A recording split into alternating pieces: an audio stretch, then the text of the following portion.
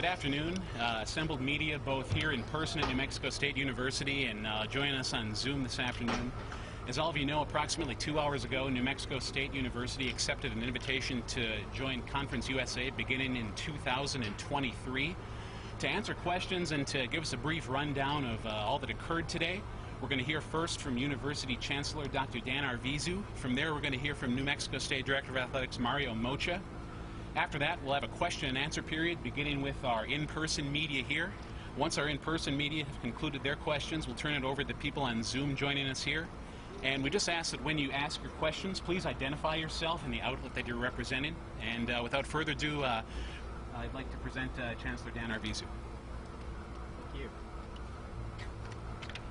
Well, it's an exciting day for New Mexico State University. I'm pleased that today in our conversation with our Board of Regents who are here attending with us, we were given the approval to go ahead and apply for membership and sign a contract, and we've been informed that we've been accepted into Conference USA. So we're really, really pleased to be part of this very exciting opportunity. Lots of things have gone into this event of the day, and we could not be more pleased. Obviously, the greatest part of this has to do with stability in our conference, giving us an opportunity to play all of our sports, including FBS football, in a conference that we feel very, very comfortable in. And I've had conversations with several of the presidents already that are part of this conference, and they are very excited about our joining the conference. We're very looking forward to all of the various things that this new opportunity will present. I'm going to give our Director of Athletics, Mario Mocha, an opportunity to say a few opening remarks, and then we'll answer some questions. Mario? Thanks, boss. Thanks, everybody. Great turnout today. You know, it's been like 6 years. We've never had a press conference up here, and I think with that backdrop and this backdrop, it's pretty phenomenal. But I'm going to be brief. Today was an unbelievably exciting day for the institution and the athletics program. Ever since the last game that we played as a member of the Sun Belt Conference, which was the Nova Home Loans Arizona Bowl win in front of 25,000 members of Aggie Nation, our main goal and our main focus in the athletic program for our football program, as well as everything else, centered around getting into a conference. And to be invited and accepted by Conference USA is nothing short of phenomenal. As a founding member of the college football playoff, it is unbelievable for us, and it sets us on a great trajectory in the future, not just for competition, but financially as well. So we certainly look forward to competing as a member in Conference USA in the fall of 2023. And I'll also say this before we take questions. We were the longest tenured member of the Western Athletic Conference since 2005. And we expressed our appreciation to Commissioner Hurd, as well as my fellow athletic directors, and they all wished us well. They all knew how important FBS football was to our institution and finding a home, and I couldn't say more as we exit that conference how much they were so professional and so appreciative of what we had done for the conference and how we had handled ourselves, as well as how excited Conference USA was that we are going to be new members in the fall of 2023. So with that said, I'm certain we would entertain your questions, both Chancellor Arvizu and myself.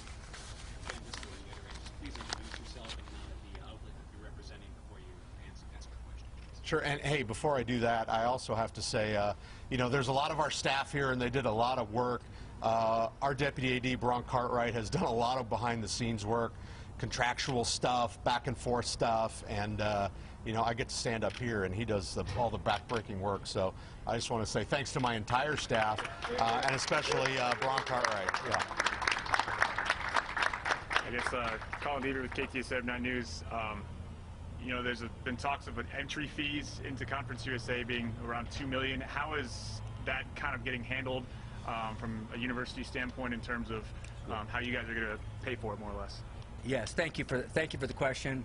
And we will share the contractual, terms. Just ask you to go through the process to go ahead and access that. We'll give you the information today. Our entry fee to Conference USA is $1.5 million. It is going to be required that we put a $250,000 essentially entry fee down starting in June of 2022. We skip a year because we join in 2023, and at that point we'll have equal payments of $250,000 that will be decremented from the allocation that we get from the conference. And so that's the way that'll happen for the next 5 years after that. Until you get to the 1.5. That's how you get to 1.5. Okay. And Selena McGregor with Fox 14 and CBS 4. I understand you also have to pay the WAC to leave. How much is that going to cost? I'm going to let Mario answer that question. Yeah, the exit fee is $85,000.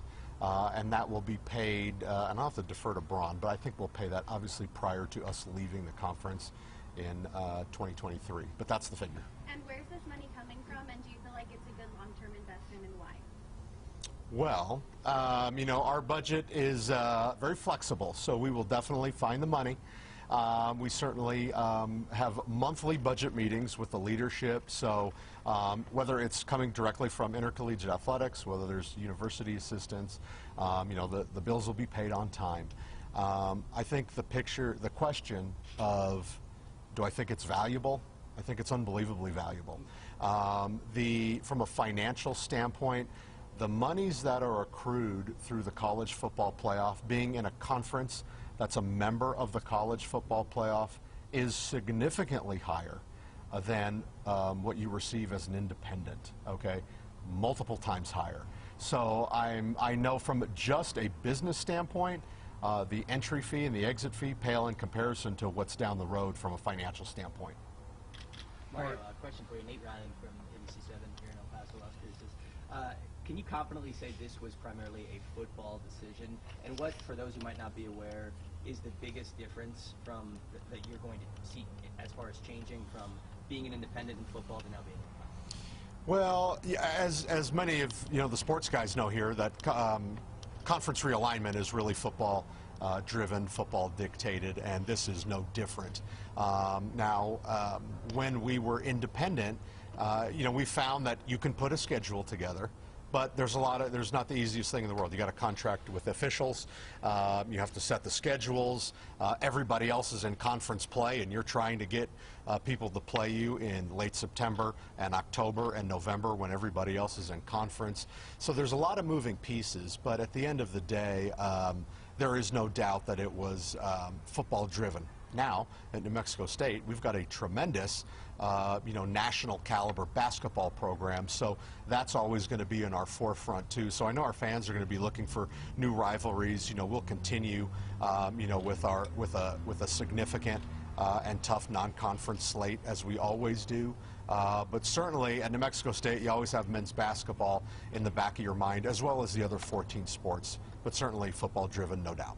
Kind of on that line, how exciting is it to be back in a conference with UTEP for the first time in 60 years, and that the Battle of I-10 is going to be a conference game again? Yeah, that's going to be interesting, and what I'm really interested in to see how our fans react to that, because we have been playing UTEP every year in basketball twice, in football, and more or less every other sport annually. So it's not like, hey, this is a team that's close and we haven't played them before. Now, if there's a conference championship on the line, boy, that's going to really ratchet up the experience for the fans. But I am most anxious to see what the fans on both sides think about that. We're very fortunate in this whole process that 40 miles on a United States interstate separates the two campuses, the two football stadium. I'm just interested to see what the fans have to say about that. Mario, Dave Birch with the Bulletin. Could you talk about how this will benefit the football program in some specific terms? I know that Coach had talked about lack of air conditioning and some of the facilities like that earlier this spring, this fall. Mm-hmm. How's it going to benefit us? Well, it'll benefit us in a lot of ways. As I illustrated, the financial benefit is multifold. Okay, minimum fivefold from last year. So there's a big financial piece, as well as bowl tie-ins. Every conference has a bowl tie-in. We were very fortunate that we had such a success at the Nova Home Loans Arizona Bowl, we went ahead and did a couple-year agreement with them. We had signed an agreement with the New Mexico Bowl, but the entire conference will have multiple bowls that we will be affiliated with. So if we are successful and we qualify 6-6 at a minimum, we'll have access to those bowls that we really don't have now. Those are the first two things. I would also say we have an ability to play for a conference championship. That's big when you're recruiting. I think you can recruit as an independent program, but when you can recruit to a conference, you can recruit in the areas. You know, we have some teams that represent the state of Florida, the state of Louisiana, the state of Tennessee, Kentucky, Texas. So you can go in those homes and say, hey, these teams, we will be playing from your home state. So there's the recruiting, the financial, the bowl affiliations, and the ability to play for conference championships are the first things that come to mind. Could it lead to some improved facilities like the practice field, that kind of thing?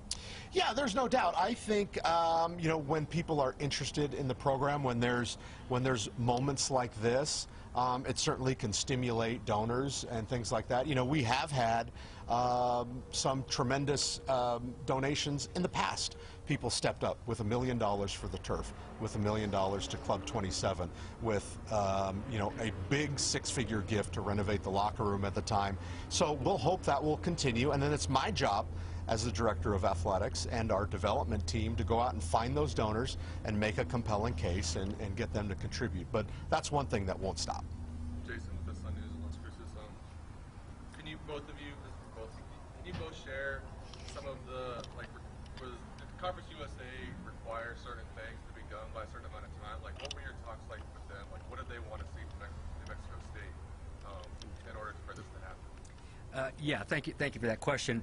A couple of things, and I've had a number of conversations, as I mentioned. You know, early on when the opportunity kind of looked like it could present itself, I made a phone call and I had an opportunity to talk with Commissioner Judy McLeod. She asked me on a variety of different topics to talk about things that we cared about.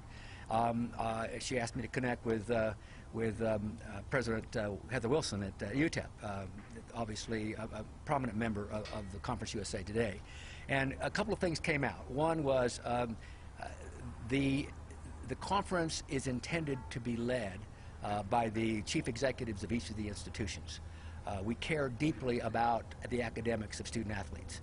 We care deeply about making this opportunity consistent and aligned with our strategic plans and objectives of the institutions that are in the conference. I was persuaded that this is very much in alignment with the direction that we want to head as a university. It gave me great confidence that it will be very selective in terms of what we might do in terms of direction for the future, and that we will do that collectively. And they were interested in first strength of program. They were interested in commitment to, obviously, FBS football. They were also very interested in the idea that we would think expansively and strategically about how to position the conference. Those were all parts of the calculus that went into which teams they invited, and also which teams ultimately we would attract if we ever did decide to do further expansions. And so those were kind of the top level tenets. And then, of course, a lot of details about the specifics, and I'll let Mario talk about the specifics relative to our sports programs and our sports efforts. Yeah. Part of that was, are there budget requirements? Do they want to see a certain growth in budgets for athletics, or are you on par with what they were looking for? Yeah, for those of you who didn't see, there were no budget requirements. Yeah, from an athletic standpoint, there wasn't you have to have A, B, or C. You know, Judy McLeod, the commissioner, and I have known each other for a long time. She has a tremendous familiarity with New Mexico State University. It's very unique in that we're so close to UTEP. It's hard not to, you know, have a knowledge of this, even though, you know, Judy has been in the business for a long time, and she's a former director of athletics herself. So yeah, no necessary have-tos from a league standpoint. I think it helps, you know, when you know your you know, the other athletic directors in the league. But yeah, no, we're just excited to be there, and I think they were excited to have us. You know, we have pretty solid programs across the board. You know, I know football is a major focus, but men's basketball, volleyball, baseball, softball, you know, we've had a lot of sports, you know, that have been championship caliber, golf, and I think that will just help them across the board. And we will be associated with Conference USA, some tremendous teams across the board as well. I guess you've said since you guys had to go FBS independent that the #1 priority was getting back into a conference for football. Just when you look 5 years down the road, being back in a conference, what will that do for this program? Well, you know, if you really want to look far down the road, and this is going to be a little ironic, but right, you're always planning, right? You better never stop planning, and it's easier when there is movement in the industry if you are in a conference than if you are without, okay? I am not suggesting that within the hour we're in, we're looking at something else. I'm not suggesting that. But when you're on the out, you're just clawing your way, you know, to get into a conference. So now I feel, you know, we are in, as I said many times, you know, the most exclusive club other than the United States Senate. You know, there's 130 FBS members. There's a little less that are members of the college football playoff. And New Mexico State is one of those institutions. That, to me, as an alum, is unbelievably important to me, as an alum. As a worker in the athletic department, it's a source of pride, but I hope that, you know, people of our state and alums around the country realize that, hey, my alma mater is part of an unbelievably select group, and that's important to me, right? We're in the same group. Say what you want. University of Texas, Ohio State University, etc. That's a small group, and we're part of that. Mario, just touching back on realignment, you said you met with other athletic directors and other presidents within your conference. Now looking at the other teams within Conference USA, obviously you've got UTEP, but geographically there's some schools that are on the other side of the country. Two in particular, Western Kentucky and Middle Tennessee. There's talk of them maybe in negotiations, I guess, with the Mid-American Conference. When you all were meeting with other presidents and having these conversations, were Middle Tennessee and Western Kentucky, were they part of those conversations? Do you feel like where do you feel their stance is right now on Conference USA in 2023? Well, you know, I won't speculate on their stance, but I'll tell you this. I know Brian and I know Chris, the athletic directors at Western Kentucky and Middle Tennessee State, and they're in this league right now. They're in Conference USA. As a matter of fact, I was getting a congratulatory phone call from Chris Massaro, the AD at Middle Tennessee State, when our chairwoman of the Board of Regents, Amu Devastali, was calling the meeting to order, and I'm outside like, hey, thanks for the congrats, but I gotta go because the boss is calling me in there. So, you know, we won't predict the future, but one thing, we're unbelievably excited about moving forward with the new schools and just the group that we're in, you know, coming in with Jacksonville State and Liberty University and Sam Houston State, I think is great, and that's where our focus is, and you know, we'll let tomorrow take care of itself. How important would it be to keep those teams within the conference, those two teams? Well, they're very solid legacy members of the conference, so, you know, I won't speak for the conference, you know, with my my toe just in the water, but I think everybody would say that, you know, they've been tremendous members of Conference USA, and you always want to, you know, retain quality members. Listen, in the interest of time, we got one or two more in person, and we'll switch over to Zoom, okay? Is there anything you can share with, you know, like, do you expect the CFP levels to stay the same, you know, once you guys get into the conference? I think it runs out in 2026. And then anything about the television as well? Is that going to be part of, you know, your membership, I guess? Yeah, the TV part of it, we did talk about that briefly. You know, now we will be part of the group of athletic directors and campus CEOs that will discuss those things. So we didn't get too far down the road, but we will be part of that group that will discuss it. I can't predict the future about future distributions. I did have numerous, and Braun and I did, conversations with Bill Hancock, the executive director of the college football playoff. He was great to ask questions to and things like that. So can't predict the future, but I'm excited about being a part of that group. Stephen Wagner, Las Cruces Sun News. Moving into a new conference and moving away from Grand Canyon from a basketball standpoint, is playing against Grand Canyon in non-conference something that you guys are going to be considering moving forward? Well, you know, in the sport of men's basketball, but certainly the other sports, we always look regionally for top opponents. And Grand Canyon has grown into a great rivalry, and our fans love it, and I think their fans are excited too. Whenever we show up, whether it's baseball, softball, men's basketball, volleyball, it's a big game. I talked to Jamie Boggs, their athletic director, today, and for me personally, that is a relationship I would like to keep in the future. It's Phoenix, Arizona. You know, it's a very easy drive to get over there. They usually have great RPIs in all of their sports. So I would certainly encourage all of our coaches, and I'm sure they would want, to keep a good regional, great RPI, great rivalry series, no matter what sport it is. That'll do it for the in-person questions. I just kind of wanted to invite anybody on Zoom here listening along with us. If you had any questions, feel free to go ahead and ask right now. We're opening it up here for y'all.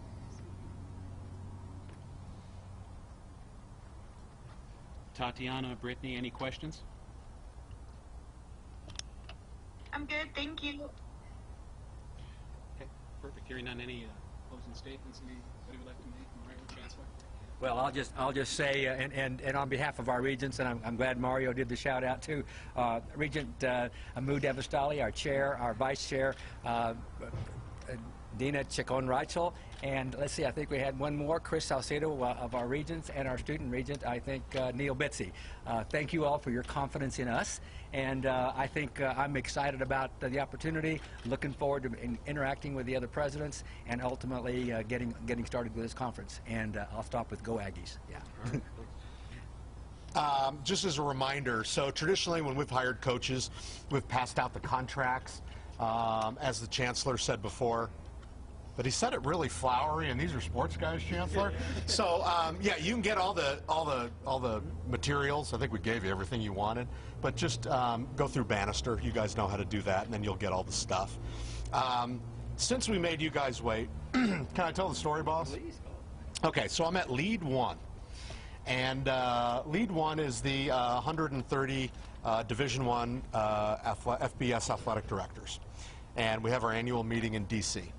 And the meetings ended on Tuesday, and all they had in the morning was a breakfast. And I had to go see Kenny Young, one of my old teammates, who is now the city manager of College Park, Maryland. And I had excuse me, an appointment to see Congresswoman Yvette Hurrell, our Congresswoman. And I went for a run in Washington, D.C. And I ran into somebody who ensured that, yeah, we'll run around the National Mall, we'll have a great time, and we kind of got a little lost. And she ran a lot faster than I did. And I said, you've got to get me back to the hotel because I got to go to Capitol Hill, so on and so forth. By the time I got back, I was really late. Breakfast was out of the question. So I ran downstairs, and I was like, I could get a quick cup of coffee, shower, and get to my meeting on time. And I get downstairs, you know, huge ball at the Conrad Hilton in Washington, D.C. I get downstairs, and I don't see where we're having breakfast, but there's a big room with frosted glass. And I peer in there, and I said, well, that could be the meeting with, you know, with the breakfast, because I see the coffee set up and everything. And I swing the door open. Now, I'm sweaty. I'm wearing my New Mexico State men's golf shirt, and I'm just dripping sweat. And I open the door. I see the coffee. And I also see Conference USA meeting. Every athletic director, Judy McLeod staring me in the face, etc. And as I open the door, and I'm sweating to death, the room burst into laughter. Okay, that would be Jim Center, Ren Baker from Norte, you name it. Everybody was cracking up. And I was thinking about making a membership joke, but I thought better of it. But after today, every single AD in that room has pinged me and said, boy, that was definitely a memorable goof on my part. But hey, we appreciate you coming out for our 400 student athletes, for our staff and our coaches. This is a really big deal for us. As I said, we exit the WAC after maybe, 18 years, being very appreciative and proud of our friends, and we can't wait to join officially in competition Conference USA with our new friends and our new competitors and our new rivals. So thanks for coming out, and thanks, Chancellor, for all your work as well. Appreciate it.